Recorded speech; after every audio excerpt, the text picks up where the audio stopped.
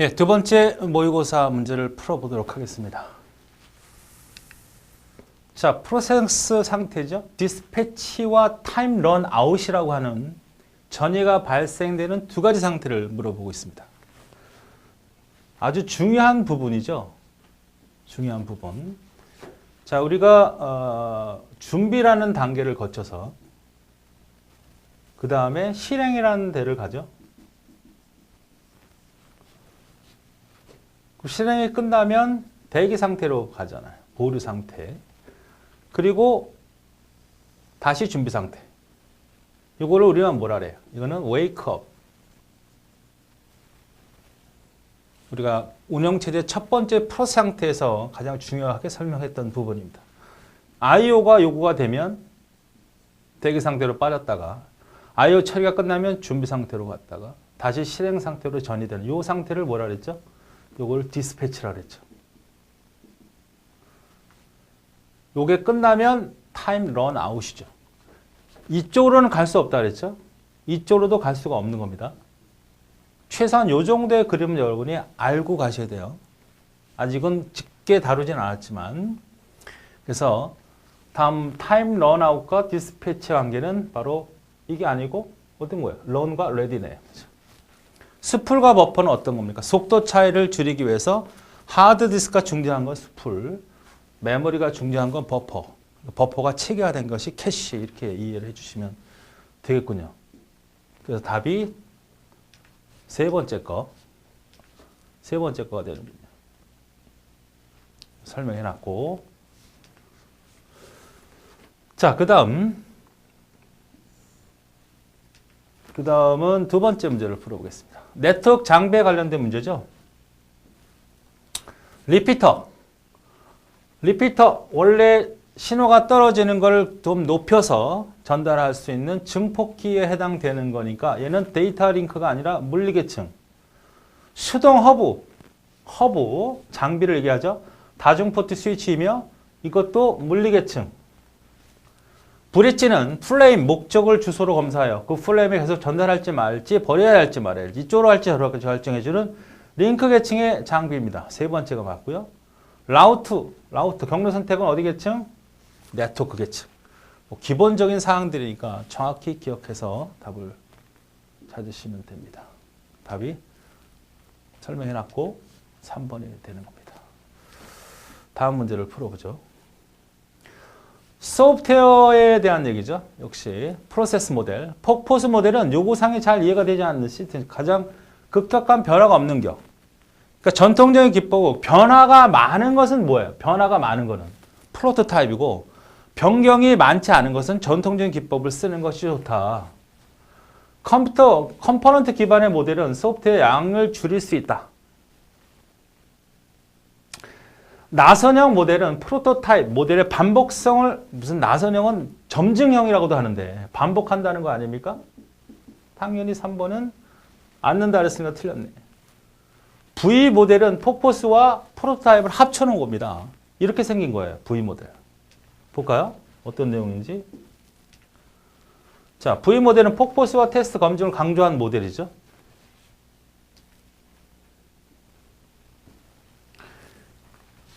강조한 모델이고 이렇게 생겼잖아요. 이렇게 요구 분석은 구조 분 설계, 모듈 설계 구현을 한 다음에 단위 검사 서로 이렇게 맞춰주면서 한다는 거죠. 요구 분석할 때 시스템 검사도 해주고 구조 설계할 때 통합 검사 해주고 모듈 설계할 때 단위 검사함으로써 좀 더 테스트에 중점을 주는 그런 모델이다. 요거 기억하셔야 됩니다. 그림 V 모델이 뭔지도 역시 중요하게 다룰 수 있어요. 다음이 몇 번? 3번. 다음 문제 보죠. false clock이 1.5기가, 2.5기가.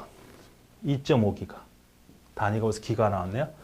데이터 대역폭이 8비트라는 얘기는 한 클럭 펄스에 8비트를 전송한다는 얘기입니다. 그러니까 한 바이트죠, 이게. 그러니까 이게 이렇게 클럭 펄스가 이렇게 된 거죠. 이걸 클럭 펄스라고 하는데 8비트 단위로 보낸다. 한 바이트로 보낸다는 거죠. 그러니까 1초에 몇 번 뛴다는 얘기야, 이게. 2.5기가. 1기가가 10의 9승이잖아요. 그러니까 저거는 굳이 쓰면 2, 5, 00, 000, 000 이렇게 되네.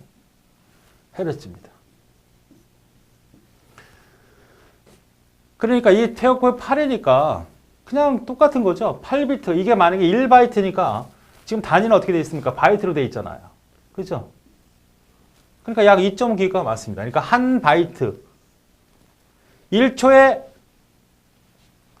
한 바이트. 이게 기본 단위잖아요. 1초가 아니라 몇 초? 한 클럭에 얼마? 이만큼을 보내니까 2.2기가만큼의 바이트를 용량으로 판단하시면 되죠. 여기가 변형이 되면 좀 수정할 필요가 있는데 여기는 1바이트니까 그대로 2.5기가 되는 겁니다. 4번의 답은 그래서 3번이 되는 거고요.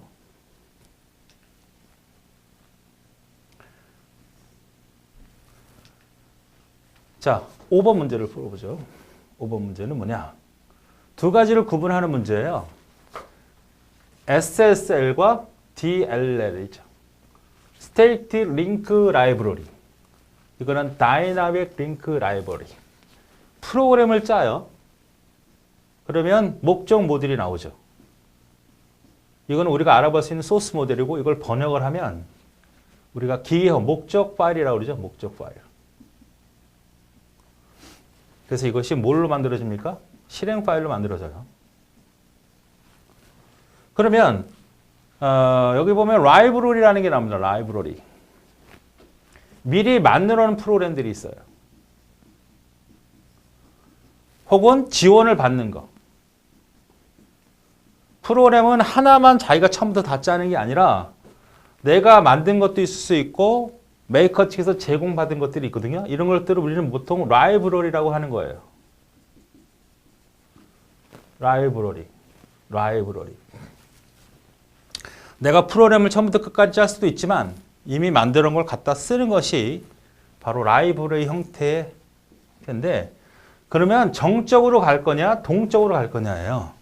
그러면 이 형태를 그냥 다 처음에 끌어들여서 실행 파일을 만들게 되면 이거를 우리는 정적이라고 하는 거고요. 그렇지 않고 일단은 만들어 놓고 실행을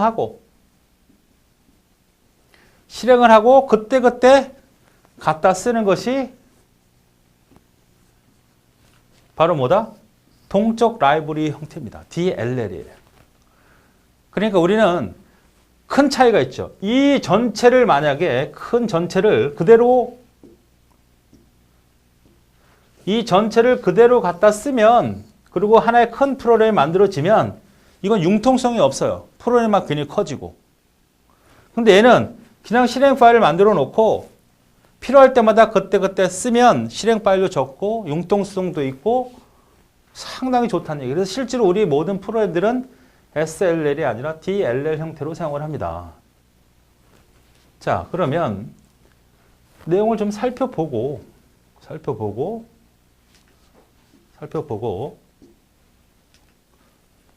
생각을 해봅시다. 자, 이렇게 생겼어요. SLL이야. 내장함수, 라이브러리 이것이 하나의 번역될 때 모두 삽입을 해버린다고. 자, 소스 프로그램, 목적 프로그램, 이 라이브러리 군을 그냥 합쳐서 실행 파일을 만들어 버리는 거죠.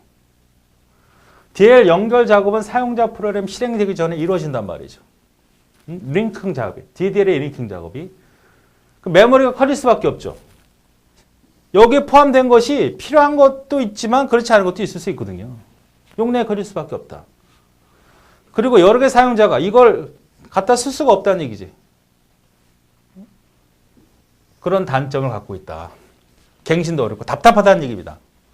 그러나 그거에 비해서는 DLL이라고 하는 것은 어떤 의미냐?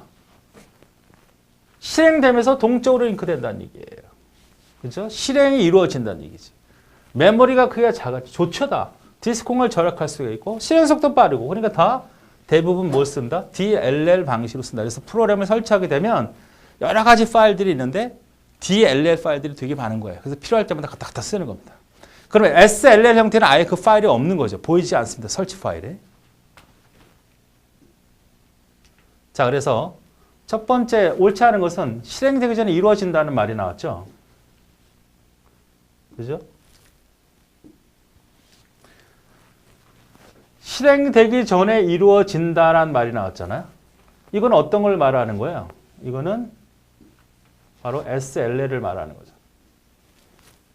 그래서 첫 번째. 그러니까 SLL과 DLL을 정확히 구분하자.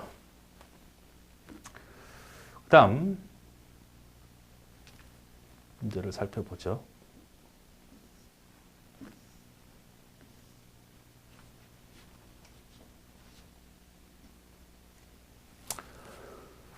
자, 문제 6번. 노드의 개수가 177개의 완전 1인 틀에서 마지막 레벨에 위치한 노드 개수는 얼마나 이렇게 물어봤네요. 자, 이렇게 생각을 해보세요.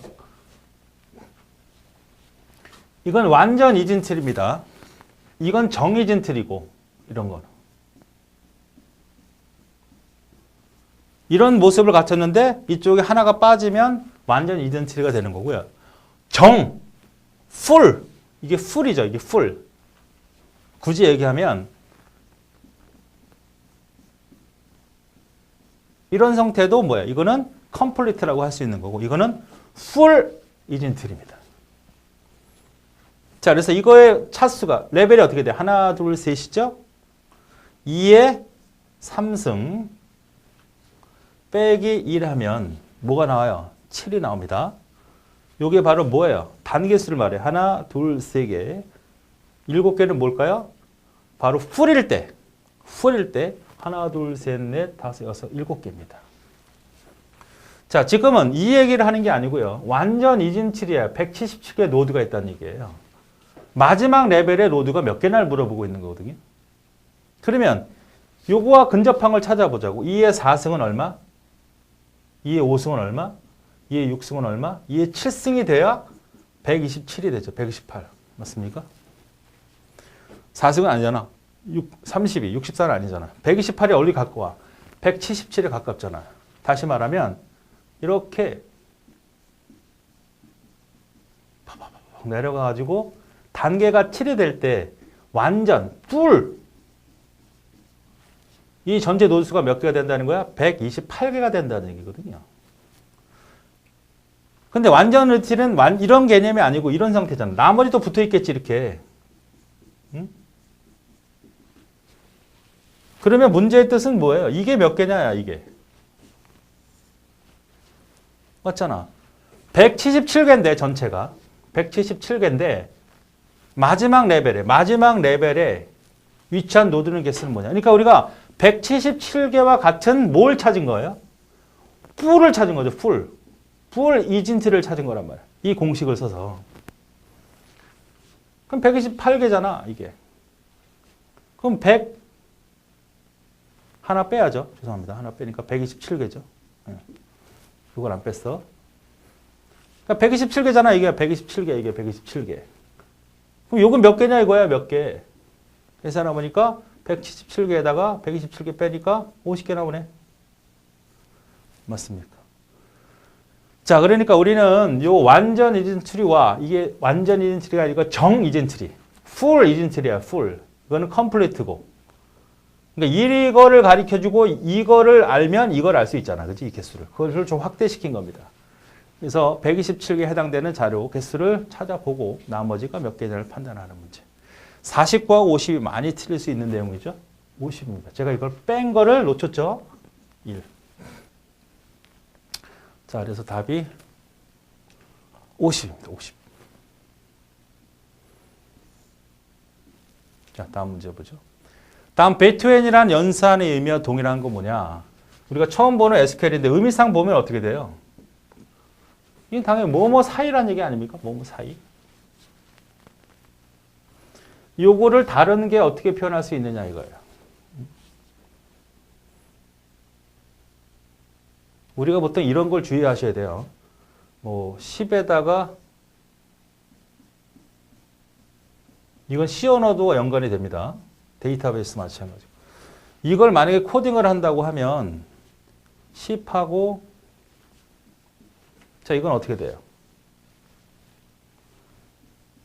x는입니다. x는 10보다 크거나 같고 x는 50보다 작거나 같다. 여기다 and 써야 돼요. 여기다 5와 썼다면 큰일 납니다. 주의하셔야 돼요. 왜 5와 쓰면 안 돼요? 5와를 쓰게 되면 10 이상이 되면 다 참이야. 1000이 돼도 참이고 2000이 돼도 참이죠. 5와는 한쪽이라도 참인 차이니까 안 돼요. 이것도 만족하고 이것도 만족해야 돼. 이거는 데이터베이스는 어디나 마찬가지. 이걸 어떻게 쓸 수 있다? x를 between 10하고 and 50 이렇게 쓸 수 있는 거예요. 그래서 데이터베이스에 확장된 SQL 명령 중에 이런 것들은 추가되는 내용이고 이 내용은 어떤 것과 똑같다? 요거죠. 요거. 이거 이꼬르가 빠졌고 이것도 이꼬르가 빠졌고 이것도 맞죠. 뭐가 되는 거예요? 5화가 아닌 걸 주의하세요. 어? 절대. 자, 그래서 between이라는 의미가 90과 95를 포함하고 있는 거구나. 어? 포함하지 않는 게 아니구나. 그 다음에 반드시 and라는 개념 이해하시기 바랍니다. 답이 첫 번째. 자, 8번 문제입니다. 역시 우리가 정규화에 대한 부동소점의 정규화에 대한 문제가 있죠. 정규화에 대한 문제. 부동소점이라는 건 뭐예요?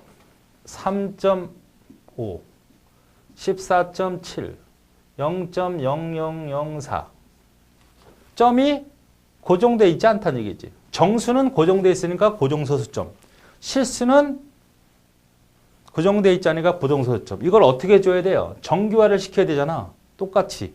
이걸 컴퓨터에 집어넣는다는 것은 점이 다 헷갈리니까 0.35 곱하기 10의 1승. 이거는 0.147 곱하기 10의 2승. 이거는 0.4 곱하기 10의 하나, 둘, 셋, 넷, 다섯. 마이너스 5승 해줘야죠. 이렇게 정규해서 기억시킬 건 뭐만 기억시키면 돼? 요걸 뭐라 그래? 가수부. 물론 이진수로 들어가겠지만 요거는 지수부. 요거는 뭐가 될까요? 부호. 부호가 있죠. 플러스니까. 그래서 우리는 부동소수점이라는 것은 요거는 부호는 여기 0이면 플러스, 지수는 여기다 집어넣고 얘네들은 가수로 집어넣은 형태를 말하는 겁니다. 이렇게 되어진 거죠. 그럼 이런 형태를 덧셈을 할 때는 어떻게 해줘야 되느냐? 무조건 첫 번째 0인지 여부를 조사해야 됩니다. 왜? 부동소수점은 모두 다 0인 게 0이기 때문에 0인 걸 판단을 먼저 해야 돼. 이거는 덧셈이든 뺄셈이든 곱셈이든 나눗셈 다 똑같아. 반드시 첫 번째 확인하는 거. 그럼 뭐 벌써 답이 결정이 됐네. 그 다음에 정규화는 맨 나중에 하는 겁니다. 덧셈을 해야 정규화할 거 아니야. 정규화는 맨 나중에 답이 결정된대. 요것만 기억하고도 되죠. 그죠? 그 다음에 지수가 같도록 해야 되는 거 맞죠? 같도록 해야 되잖아. 무슨 얘기냐? 이거를 더한다고 가정을 해봐요. 이걸 2하고 2하고 그냥 더하면 돼. 35에다가 147을 더하면 됩니까? 전혀 안 되죠. 이걸 맞춰줘야 돼. 이걸 2로 맞춰주고 이거를 3.5로 해줘야 응? 이 지수가 맞아야 더해지는 게 이상이 없는 거 아닙니까? 당연히 지수를 맞춰야 된다. 그러니까 맞히고 나서 그 다음에 더한 다음에 정규화시키는 게 맞죠. 그래서 맞춰주고 자, 덧셈 말고도 자, 덧셈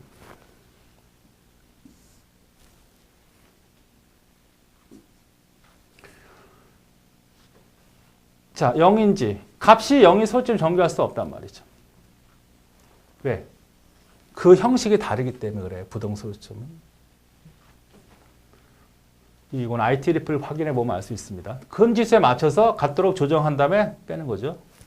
자, 이거 마찬가지로 부동소수점도 마찬가지예요. 부동소수점도 0인지를 판단하고 반드시 지수를 더한다. 우리가 2의 3승 곱하기 2의 5승은 2의 3 플러스 5잖아. 지수 더하는 거 맞죠? 더한 다음에 가수를 곱하는 거야. 가수를 곱한다. 기억하시라는 얘기입니다. 곱셈이 나올지 나눗셈 순서를 물어보는 문제가 나올 것이다. 나오게 되면. 부등소점도 마찬가지죠. 나눗셈도 마찬가지입니다. 나눗셈도 마찬가지. 제수가 0이면 오류가 나오겠다. 왜? 자, 5에다가 0으로 나누면 이거는 불능이라고 하죠. 불능. 0에다가 5로 나누면 이거는 부정이라는 말을 쓰죠. 부정. 이게 어떤 차이냐면 이겁니다. x에다가 5를 곱해서 0이 나오는 거야.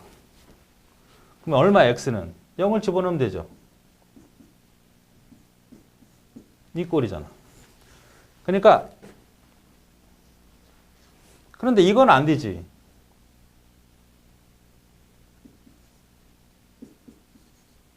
이건 어떤 수를 집어넣어도 절대 5가 나올 수가 없잖아요. 이게 불능 형태라는 얘기입니다. 그래서 컴퓨터에서도 마찬가지로 분모가 0일 경우에는 에라. 수행할 수가 없어. 그래서 제수가 0이면 오르라고. 0인지 아닌지 판단해야 된단 말이야. 피제수가 0이면 이게 제수고 이게 피제수잖아. 대수 나눗셈을 당하는 놈. 그래서 부호를 결정하고 부호가 양수인지 음수인지 결정한 다음에 피제수가 제수보다 작게 위치를 조절을 해야 됩니다. 그러니까 가수가 나올 때 23.427이 나오면 안 돼. 큰 값이 나오면 안 되니까 소점이 항상 소점 이하가 여기 안 나오고 소점 이하로 나올 수 있으려면 분자가 작아야 돼. 조절을 해야 돼. 그다음 지수 빼고 나눗셈. 여기는 똑같이 곱셈이랑. 자, 충분히 나올 수 있는 문제니까 잘 기억을 하시자. 따라 답이 결정이 됐죠. 네 번째. 다음 C언어 문제네요.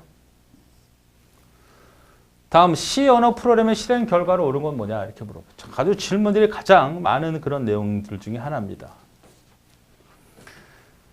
자, 우리가 보면 여기서 이 AND 연산하고 OR 연산이에요. 그렇죠? AND 연산이 우선순위고 그 다음에 나중에 이거란 말이에요. 그죠? 근데 이것이 그대로 적용이 되지 않는 것이 바로 C언어의 특징이고 시험 문제 대상입니다. 그리고 쓸데없는 짓을 안 하는 거예요. 자, 이 원칙을 생각해 보죠. AND는 뭐죠? AND는 동시에 존재하는 거잖아요. 이건 선택이잖아요. 자, 만약에 여러분이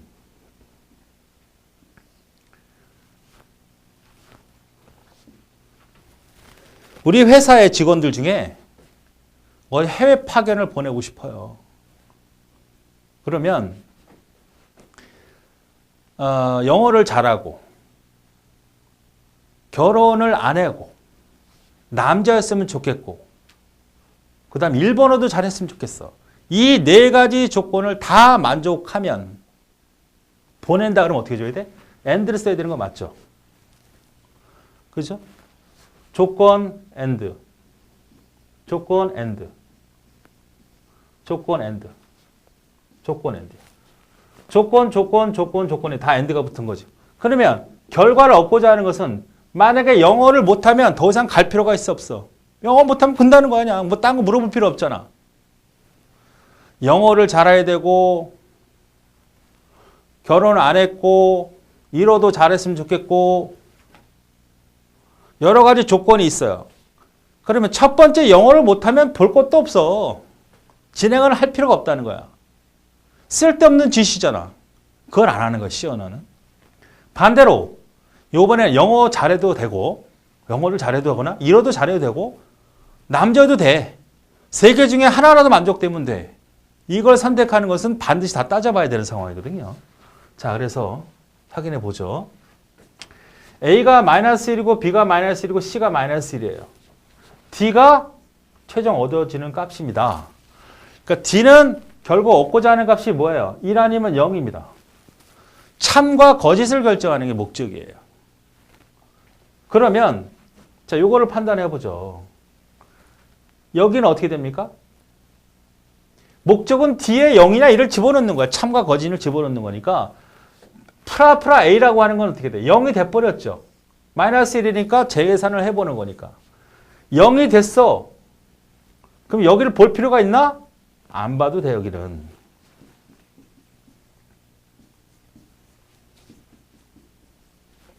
이게 거짓이야. 그럼 여기가 1이 되든 0이 되든 뭔 상관이 있어? 거짓인데 갈 필요가 없어. 이미 판단됐다니까. 그래서 A는 건드려졌기 때문에 A는 0으로 바뀌어. 그러나 B는 접근하지 않았기 때문에 B는 그대로 마이너스 1을 갖는다고요. 맞습니까? 자, 그러면 이제 요것만 따지면 되지. 이게 0이잖아, 전체가. 0하고 플러스 C라고. 그러면 이 거짓이잖아요. 그럼 이거 갖고 판단할 수 있어? 못하잖아. 여기가 1이면 참이고 여기가 0이면 거짓이니까 당연히 접근을 할 수밖에 없죠. 그런데 C뿔뿔C가 어떻게 돼요? 0이잖아. 가면 되니까 0. 아, 0이네. 그러면 C는 0으로 바뀌었고 D는 최종적으로 얼마를 걷는다? 0을 받게 되는 겁니다. 그래서 B만 건드리지 않은 거예요. 그렇죠? 자, 답이 요거가 되는 거 맞죠? 네. 자, 하나씩 다시 보죠. 우리가 책에 있는 질문들이 워낙 많기 때문에 다시 한번 시간이 걸리더라도 설명을 하겠습니다. 언제든지 출제가 될 수 있는 내용이기 때문에 그래요.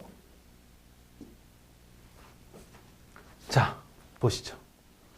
자, A가 마이너스 1, B도 마이너스 C도 마이너스 1입니다. 여기가 마이너스 1이 된다는 건 뭐가 되고? 건들지 않았다는 얘기예요. 자, 보세요. 이거는 어떻게 됩니까? 마이너스 1이잖아. 여기는 나중에 증가하니까 마이너스니까 참이죠. 이거 수행할 수밖에 없어요. 여기도 참이죠. 참이네. 이게 참이야. 다. 참이니까 A와 B는 건드렸으니까 0이지만 C는 가, 안 가? 안 가. 또 돼. 왜? 여기가 전체가 0이니까 밑에 볼 것도 없어. 어? 아니, 저희가 전체가 뭐죠? 1이죠. 1. 1이니까 볼 것도 없단 말이야. 응? 여기가 마이너스 참. 여기도 참. 응? 참이잖아. 그러니까 참이니까 이건 가도 안 돼도 D는 1을 결정하는데 전혀 이상이 없다. 이런 의미가 되는 거고. 이것도 어떻게 돼요? 여기는 어떻게 돼? 증가니까 거짓이죠. 이거 수행 안 하죠? 이게 거짓이니까 이거 수행해야 돼, 안 해? 수행해야죠. 금방 했던 문제네. 네. 이거 보세요. 여기는 마이너스 1이니까 해야죠. B도 접근을 해야 돼. 그죠? 그러니까 B도 접근하고 A도 접근하니까 바뀌었어. 여기가 0이야, 거짓이야. 여기가 맨 처음에 참이었고 여기가 0이었으니까 거짓이 돼버렸죠? 거짓이니까 이거 어떻게 해줘야 됩니까?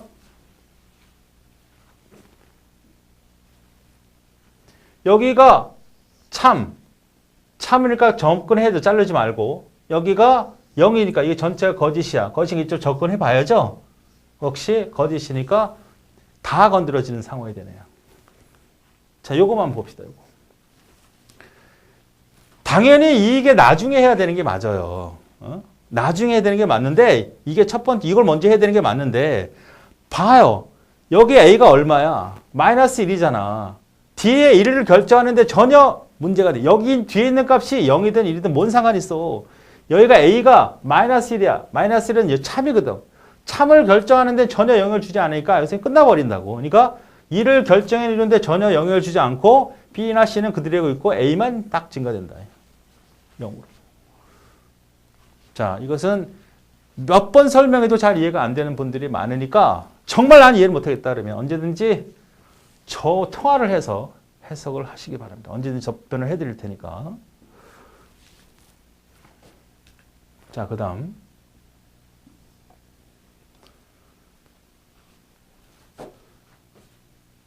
삼웨이 쉐이크. 이렇게 생각하면 돼요, 여러분이. 여러분 전화하잖아, 전화. 여기다 전화한다고. 회사에다가. 내가. 전화를 겁니다. 따르릉이죠, 따르릉. 예, 누구세요? 보내겠죠? 접니다. 하나, 둘, 셋 이렇게 링크를 거는 거예요. 첫 번째.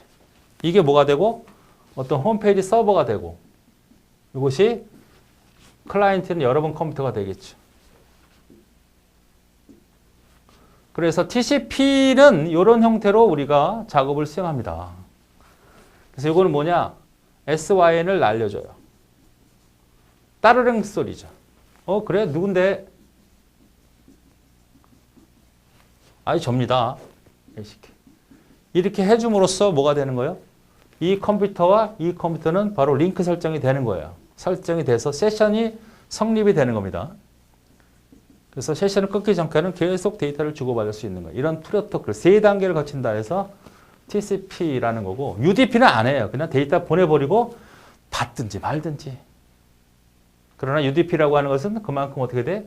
속도가 빠르다. 불안하지만 신뢰성을 보장할 수 없지만 여기 바로 UDP예요. 이 문제 답은 TCP를 얘기하고 있는 거죠. 쭉 설명하고 있습니다. 여러분 나눠드린 다 있어요. 두 번째가 답이 되고 자, 그 다음 해커가 무선 네트워크를 찾기 위해서 무선 장치를 가지고 AP가 뭐죠? 액세스 포인트. 여러분 집에 있으면 컴퓨터, 인터넷 다 쓰잖아요. 응? 이렇게 생긴 거를 우리는 뭐라 그래? 보통 여러분 라우터, 뭐 허브 여러 가지 쓰는데 그냥 우리 용어에서는 이걸 AP라고 합니다. 액세스 포인트라고. 컴퓨터에 연결되어 있잖아요. 이렇게. 무선.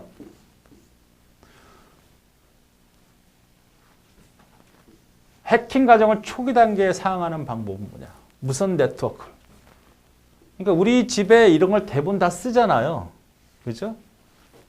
이거를 보안 설정을 안 하면 지나가다가 내 무선랜에 접근해서 내 컴퓨터가 들어올 수 있습니다. 이거를 워 드라이빙이라고 그러죠. 자동차에 다니면서 무선랜을 감지할 수 있는 형태. 자, 스푸핑은 알겠고 위장하는 거고요. 리버스 텔넷, 티어드롭. 이게 어떤 내용인지 살펴보죠.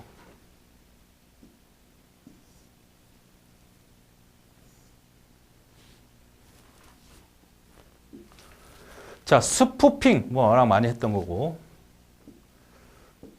리버스 텔넷. 우리가 인터넷을 쓰는 게 80번 포트죠. 방화벽을 써서 합니다. 그러니까 무슨 얘기가 되냐면 네트워크가 이렇게 있어요. 그럼 우리가 중요한 어떤 컴퓨터 업무를 하는 회사라고 하면 여기가 방화벽이 있어요. 컴퓨터가 되든 그런 시스템 하드웨어가 있습니다. 그래서 들어오는 걸 우리가 인바운드라고 하고 나가는 걸 아웃바운드라고 해요.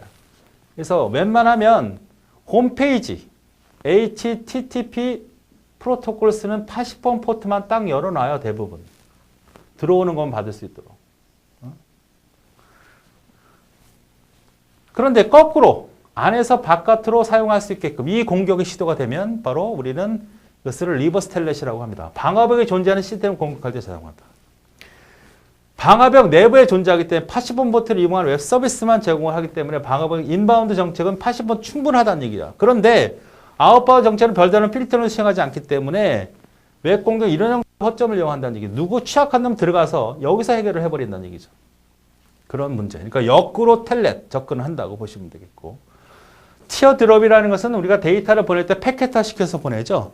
잘라서 보냅니다. 그것이 어떤 순서가 엉망진창이 되도록 해주는 그런 공격 방법이 티어 드롭이다. 이런 설명을 했을 때 여러분이 찾을 수 있으면 됩니다. 자, 답은 3번이 되는 거예요. 자, 그 다음에 문제를 보시죠. A 회사에서 ERP 개발을 위한 추정된 규모가 33,600 LOC 라인이에요. 그러니까 어떤 ERP, 우리 회사의 전사적 시스템을 만들기 위해서 어떤 소프트웨어를 개발했더니 이게 33,600 라인 정도가 추정이 된다 이 말입니다. 이 회사의 생산성이 600이래, 600. 여기 가르쳐 줬네, 단위를. 생산성이라는 건 어떤 게 된다? LOC 나누기 인월 혹은 PM이라는 얘기예요. PM. 인건비가 480만 원이래요. 개발 비용 및 인원 및 비용이 얼마냐 그랬어. 자, 생산성이 얼마냐 하냐면은 600이라 그랬잖아요. 집어넣어요, 그냥. 단위가 나와 있네, 이렇게. LOC가 33,600. 인월이 PM이거든요. 퍼슨 먼스. 인월이 뭐라 그랬습니까? 한 명이 소프트웨어를 개발할 때 몇 개월, 만약 24인월이다 그러면 한 놈이 24개월 동안 개발할 수 있는 소프트웨어 양을 말해요. 혹은 6명이 달라붙었다면 몇 개월에 완성할 수 있는 거? 4개월에 완성할 수 있는 거. 만약에 두 놈이 달라붙었다 그러면 12개월에 완성할 수 있는 인원을 우리가 PM이라고 하죠. 그래서 PM이라고 하는 건 뭐가 들어와? 인원수 곱하기 개발 기간이에요. 개발 기간. 인원수 곱하기 개발 기간. 그럼 이걸 계산해 보면 PM은 33,600을 600으로 나누면 되지. 그죠? 나눠보면 어떻게 될까요? 33,600을 600으로 나누면 6, 5, 30, 66이 36, 56명이 되는군요. 그죠? 56인월이 돼요. 56인월. 그죠? 56인월. 그죠? 56인월. 56인월이 나왔네. 그러니까 PM의 56이라는 건 어떤 의미가 된다? 56이라는 거는 총 한 놈이 개발하면 56개월 동안 개발할 수 있다는 얘기고, 그죠? 만약에 10명이 개발했을 때는 5.6개월 걸린다는 얘기예요. 그럼 총 비용은 어떻게 돼? 56명에다가 곱하기 480을 계산하면 나오는 겁니다. 그게 아마 268이 될 거예요.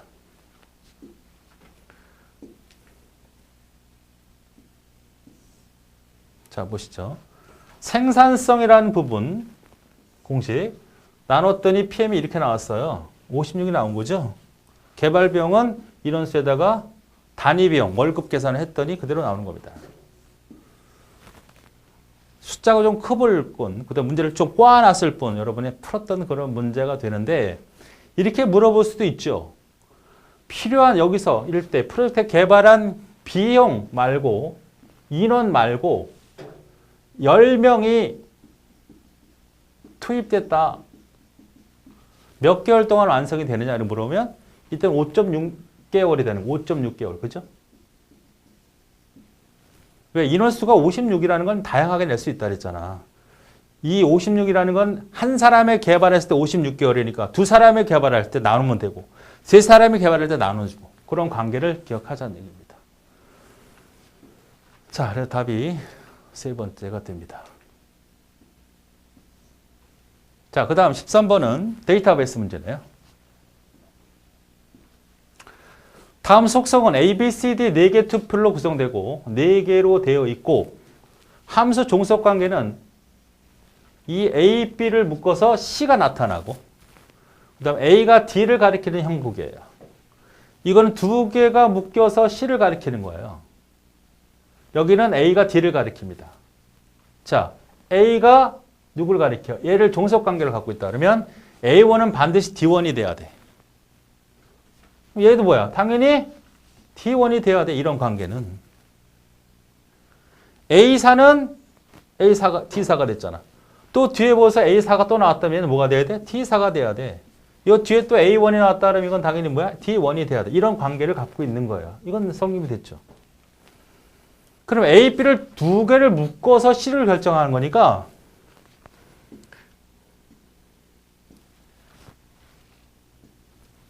요 두 개를 묶어서 얘를 결정했어요. 그렇죠?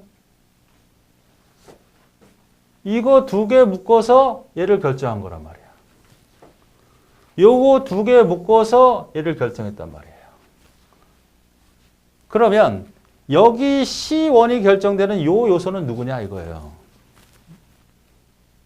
그러면 만약에 여기에 들어올 수 있는 걸 써봅시다. 추정치로. A1도 되고 A2도 되고 A3도 되고 A4도 될 수 있을 거 아닙니까? 자, A1이 되면 왜 안 돼? A1이 되면 이거 B1인데 이거 되잖아. 그죠? A1이 되면 똑같은 놈이 존재할 수 있어? 안 되잖아. 릴레이션인데 중복돼서는 절대 안 되잖아. 안 돼. A4를 쓰면 돼, 안 돼? A4도 여기 또 있잖아. 릴레이션은 각각의 구분이 되는 거잖아요. 똑같은 놈이 있을 수는 없잖아요. 그죠? 그러니까 2도 되죠. A의 2도 되지. 전혀 이상이 없죠. A3도 전혀 이상이 없죠. 자, 문제는 이렇게 주면서 어떤 거예요? 다음 중 A1 이렇게 주니까 헷갈려서 그러는데 예를 들어 이렇게 봅시다. 이렇게 줬다고 해보죠. 학번이 1번이고 국어 점수가 70점이란 얘기야. 학번이 1번인데 똑같은 놈이야. 근데 그놈의 수학 점수는 80점 성립이 되잖아. 여기에 만약에 01번이 들어왔다고 합시다. 아니 국어가 70점 또 나와 얘가. 똑같이 왜 나오냐고. 4명은 유일한 놈인데 또 들어오면 안 되잖아.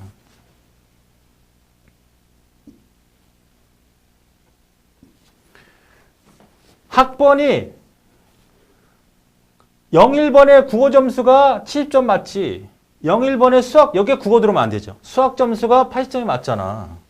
요 놈이 기본키가 되는 거잖아. 근데 여기다 01 들어오면 돼? 여기다 04 들어오면 돼? 04 들어오면 국어 점수 얘는 70점 되고 100점 되는 게 말이 안 되는 거잖아요. 그러니까 여기는 01과 02는 절대 안 돼. 02나 01이나 04는 안 되고 02나 03만 된다고. 자, 그 다음에 여기. 02는 뭘 결정해줘? 1학년을 결정해주잖아. 02는 1학년을 결정해주는 거야. 04는 4학년을 결정해주는 거야. 이거는 종속관계가 분명하잖아요. 그렇죠? 3학년이면 이게 뭐 어떻게 돼? 03을 쓰든지 아니면 02를 써야지. 물론 지금 상태에서는 03이 되겠지만 그건 뭐 확산할 수 없는 거잖아요. 그래서 여기는 여기가 뭐야? 기억이었죠? 여기는 D1이 반드시 돼야 되고 다시 봅시다, 문제를.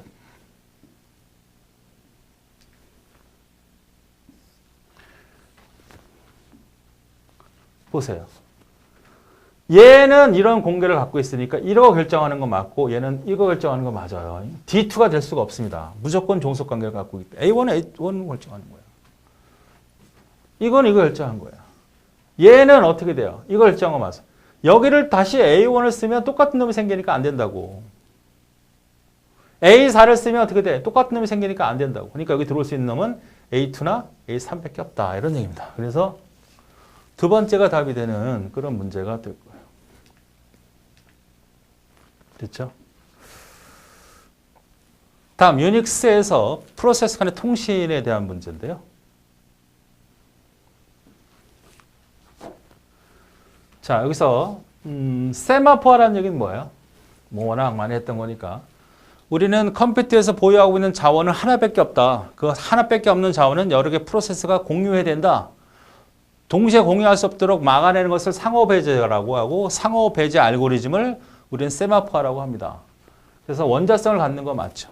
원자성이라는 건 두 가지, 여러 가지 측면에서 나오는데 데이터베이스에서는 원자성은 어떻게 트랜잭션에서 반드시 어떤 사건은 반드시 일어나거나 일어나지 않거나 혹은 튜프 하나의 속성의 도메인 값은 더 이상 쪼갤 수 없는 원자 값이 돼야 된다. 이런 의미로서 나오는 거고 역시 세마포도 마찬가지입니다.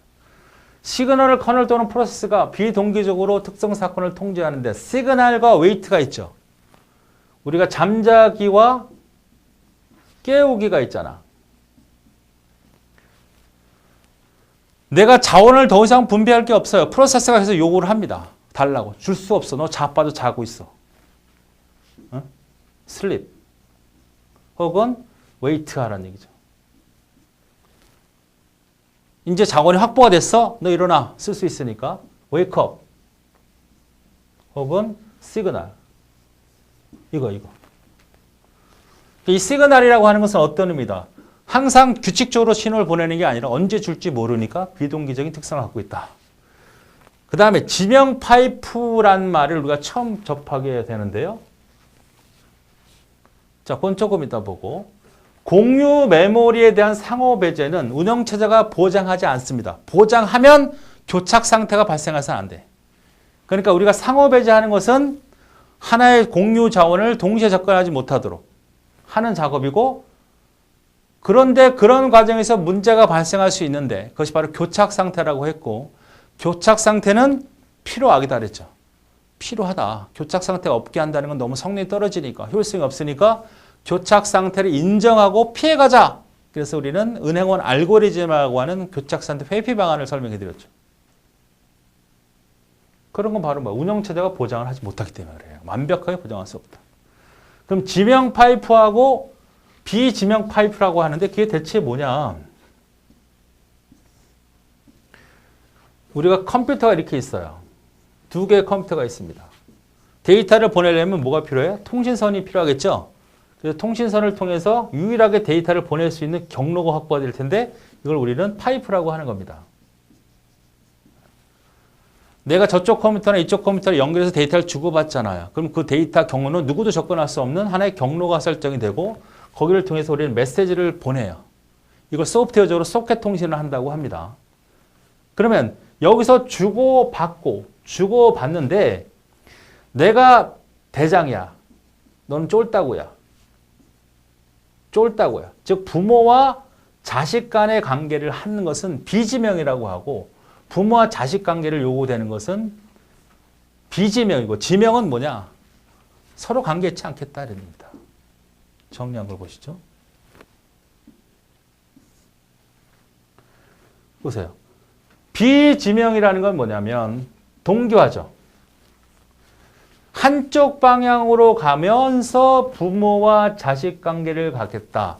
두 개 통신하는데 한쪽만 일방적으로 데이터를 보내겠다는 얘기죠. 보는 놈과 받는 놈이 정해져 있다. 그렇지 않고 양쪽 방향으로 가지면서 동등한 관계가 요구되는 것은 지명 파이프다. 그러니까 지금 설명을 반대로 해놓은 거죠. 요거 여러분이 기억을 해주시죠. 파이프라는 얘기는 들어봤겠지만 요 내용은 안 들어봤을 거예요. 답이 3번에 해당되는 내용입니다. 그 다음 15번. 자, 회로를 보고 찾아라는 얘기는 찾아라. 자, 요거는 무슨 게이트예요? 엔드 게이트죠? 요거는 엔드 게이트. 요거는 뭐야? 오아 게이트. 기억하죠? 남자같이 생겼고 여자같이 생겼고. 요거는 뭐야? 낫이죠, 낫. 한번 써볼게요. A하고 뭐가 들어와요? C의 낫. A하고 C의 낫하고 C의 낫이죠. 결합이 된 게 AND 결합인데 그것이 부정이 됐으니까 이렇게 되겠죠. 요거는 어떻게 돼? 요것도 AND 결합, B와 C와 결합이 된 거죠. 요게 뭐야? OR로 결합이 된 거네, 이렇게. 회로를 보고 부울대수를 찾아낼 수 있어야 돼. 연습이 필요합니다. 그냥 A, C의 낫과 이거 AND잖아. A의 낫, AND랑 불화가 됐고 그 다음에 다시 부정이 됐잖아요. 자, 그러면 요거를 전개를 해봅시다. 낫이 있으니까 뭘로 바꿀 수 있어요? A 낫 플러스 C로 바꿀 수 있죠. 우리가 드 모르강이라는 게 있네. A 낫 B 혹은 A 플러스 B 이 형태로 바뀐 거죠. A의 not, and가 OR로 그 다음에 CC에서 그 다음에 플러스 BC잖아요. 됐습니까? 자, 이거를 더 이상 어떻게 진행을 시켜야 되느냐. 그럼 여기 C가 있죠, C. 여기 C가 있죠. C1과 비슷하니까 이거를 공통인수로 묶어내면 C를 끄집어내고 1 플러스 B로 쓸 수 있네요. 그죠? 왜? C1은 C니까. C 이렇게. 그 다음에 A 이거지. 자, 그러면 1 플러스 B는 뭐예요? 플러스는 여자. 여자는 남자를 좋아하니까 당연히 얘는 1.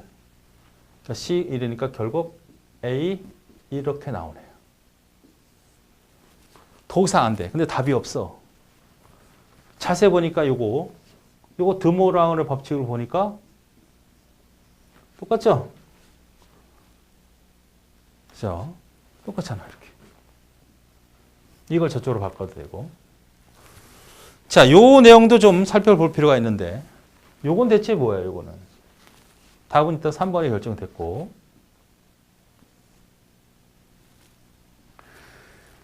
요 내용은 뭐냐? 우리가 이렇게 얘기하잖아, 이거는. A, B, C 0, 0, 0, 0, 0, 1, 0, 1, 0, 0, 1, 1, 1, 0, 0, 1, 0, 1, 1, 1, 0, 1, 1, 1. 8개 맞죠? 자, 0은 1, 1. 여기 10진수는 얼마야? 0, 1, 2, 3, 4, 5, 6, 7이지. 그래서 이게 0이라는 거는 요게 1이라는 얘기예요. 요것도 1, 3, 2도 1, 3도 1, 4는 없죠? 4는 5든 요거라는 거지. 그러니까 이거는 이렇게 표현할 수 있는 거잖아요. 이건 딱 봐도 아니잖아. 만약에 이렇게 돼 있다면 생각해 볼 수 있는데 0, 0, 0, 1, 0, 0, 1, 1, 0, 1, 0, 0. 다 0이라고 하면 딴 건 볼 거 없잖아. 요거만 보면 되지. 이건 뭐예요? A not, B not, C not 플러스. 이거는 A not, B not, C. 요거를 찾아서 정리하면 되잖아. 그죠? 근데 이거는 너무 많으니까 이거와는 접근이 근접하지 못하는 겁니다. 다 함정이에요. 요거만 추려서 근처를 비슷한 걸 만들어 나가면 쉽게 찾을 수 있는 겁니다. 자, 그래서 답이 다 책에 설명을 해 두는 거예요. 여러분 나눠드린 곳에 3번이 답입니다. 다음 16번 부동소수점의 724 IS 754에 대한 포맷을 10진수로 바꿔봐라 라는 얘기입니다. 우리가 이제 설명을 해봤지만 한 번도 확인해보지 않은 내용을 문제로 좀 만들어 봤어요. 보시죠. 이런 BTL이 실수래 실수. 대체 얼마냐 10진수로. 우리가 실수가 아닌 정수는 다 확인해 봤잖아요. 많이 해봤지. 2의 보수로 바꿔라. 뭐 이건 다 해봤잖아. 첫 번째 비트가 1이다 그러면 다 해봤잖아. 근데 부동소수점을 이렇게 생긴 건 한 번도 안 해봤죠. 특히 754 포맷을 해봐라. 그럼 첫 번째 비트는 음수죠. 그러니까 얘네들은 답이 아니지. 둘 중에 하나 확 줄어들었죠. 그 다음에 여기서부터 몇 비트? 둘, 넷, 여섯, 여덟. 여기 8비트가 바로 뭐다? 지수부. 나머지가 23비트가 가수부. 예를 들어서 0.427 곱하기 10의 3승이다 그러면 3은 어디다 기억하는 거야? 여기다가. 427은 어디다 기억시켜? 여기다가. 이건 플러스니까 0을 집어넣는데 지금 음수죠.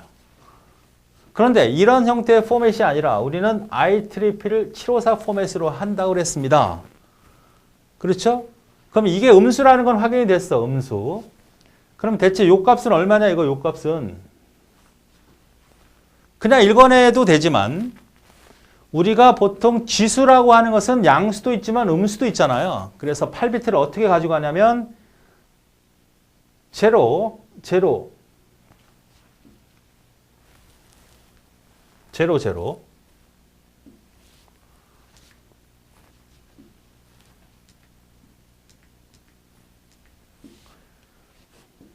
자, 요거를 그냥 보도록 하죠.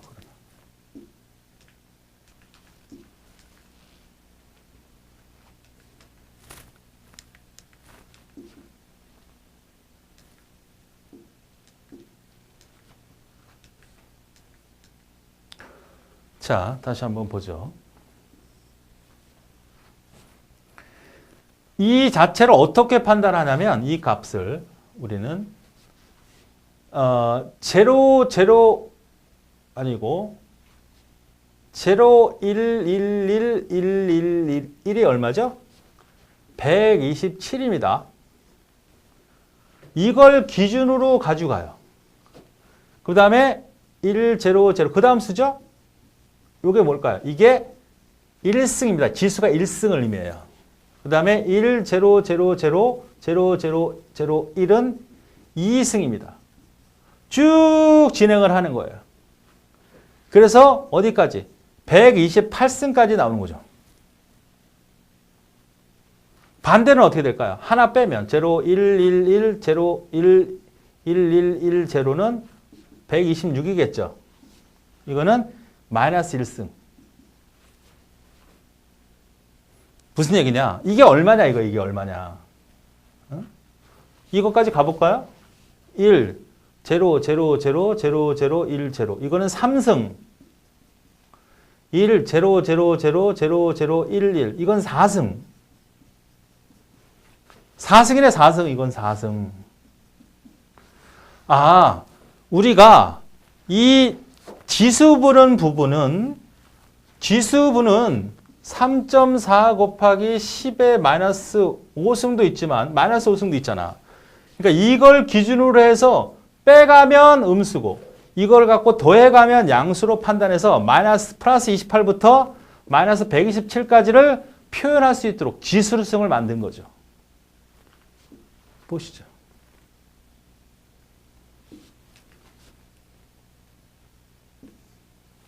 써놨습니다. 자, 요거를 기준으로 만든 거예요. 요거를 기준으로.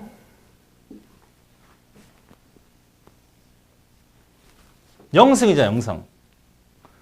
여기다 1을 더했더니 128이 됐고, 이건 뭐야? 1승. 기준에다가 1을 2승. 기준에다가 3은 3승.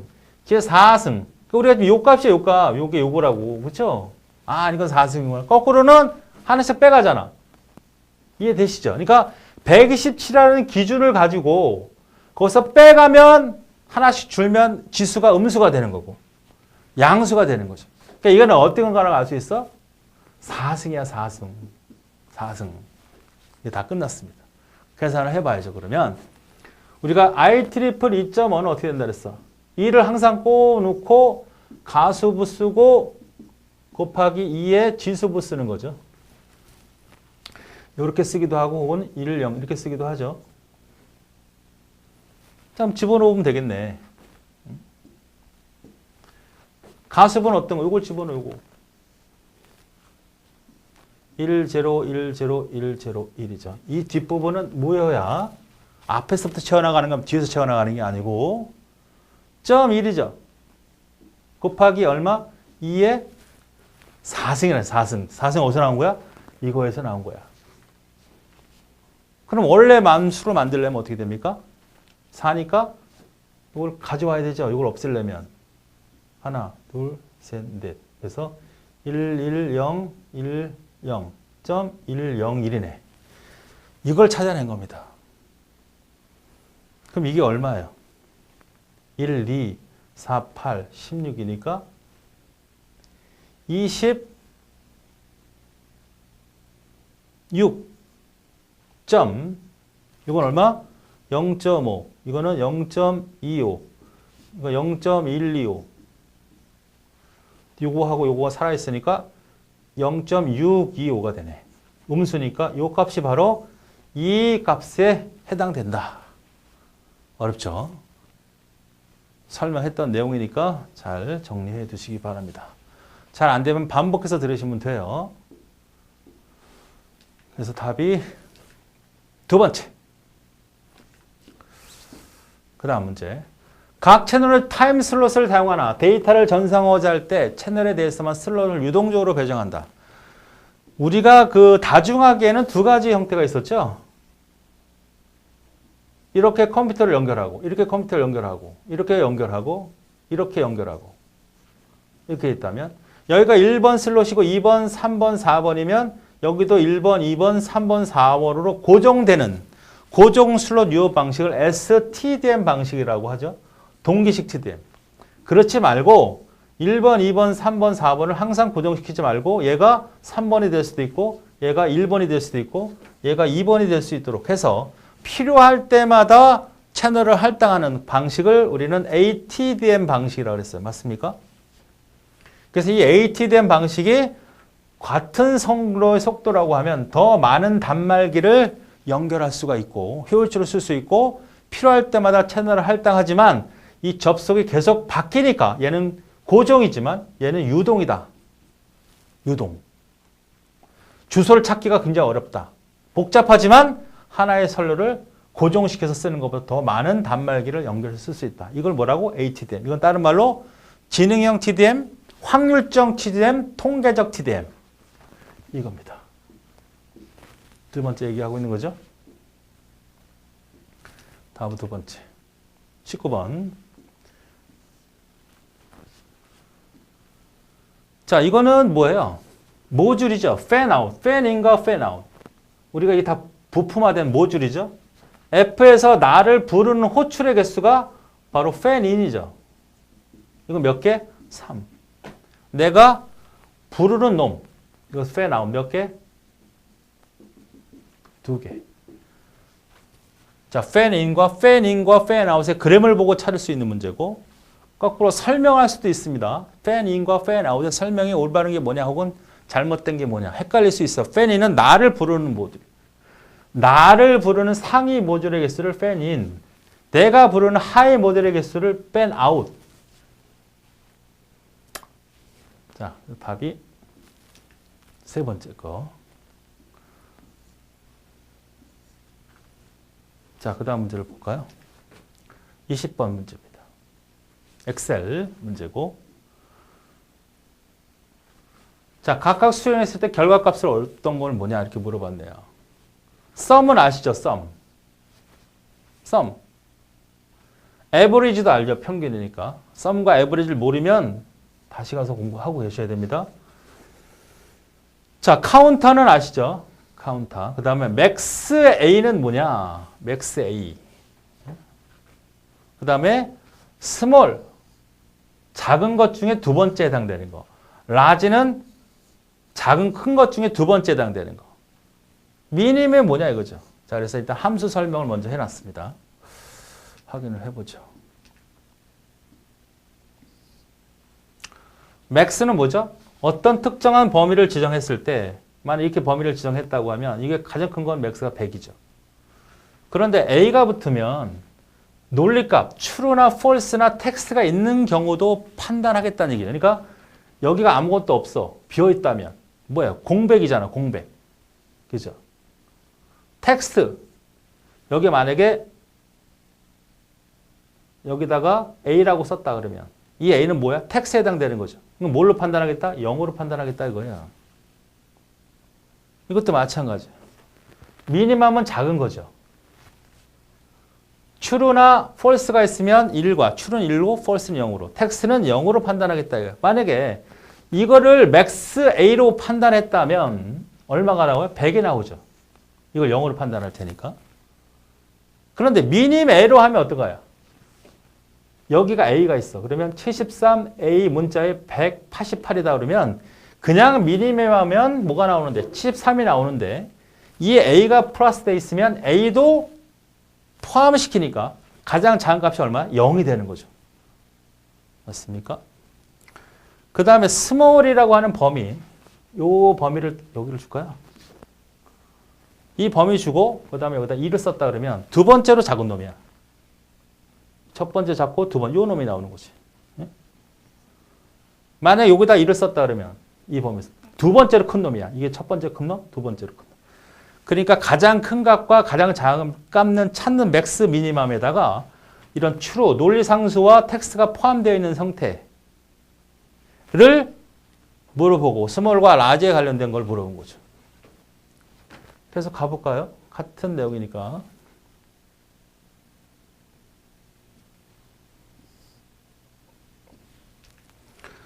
자, 첫 번째요. 첫 번째.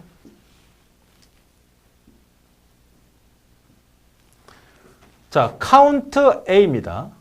B2하고 B4. 요거네. B2에서 B4. B2에서 D4네. 이거네. B2. 그 다음에 D4. 이 범위 중에서 이걸 세란 얘기죠. 카운터. 아니죠. 여기가 아니에요. D4가 여기죠. 여기. D2로 맞네요. 여기서부터 대각선 지정을 했으니까 전체가 몇 개냐 이거죠. 이게. 하나, 둘, 셋, 넷, 다, 여, 일곱, 여덟, 아홉 개. 9가 나온 거 맞고. 그 다음 B2, D4. B2, D4. 에서 똑같죠? 범위를 같이 지정을 했네. 가장 큰 거를 찾아라. 논리식이나 문자가 있어도 포함을 시켜라. 이런 얘기인데 여기는 뭐 100이 가장 크죠. 100이 나와서 두 놈을 썸했더니 109가 나왔네. 됐죠? 그 다음에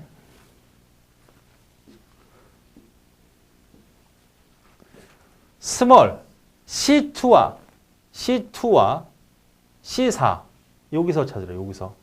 맞죠? C2와 C4에서 두 번째 작은 놈 찾으래. 87이네. 라지도 마찬가지죠. 여기서 뭐예요? 두 번째로 큰 놈 찾으래. 혹시 87이네. 두 놈을 더해라가 아니라 평균하라 그랬으니까 87이 나오네. 맞죠?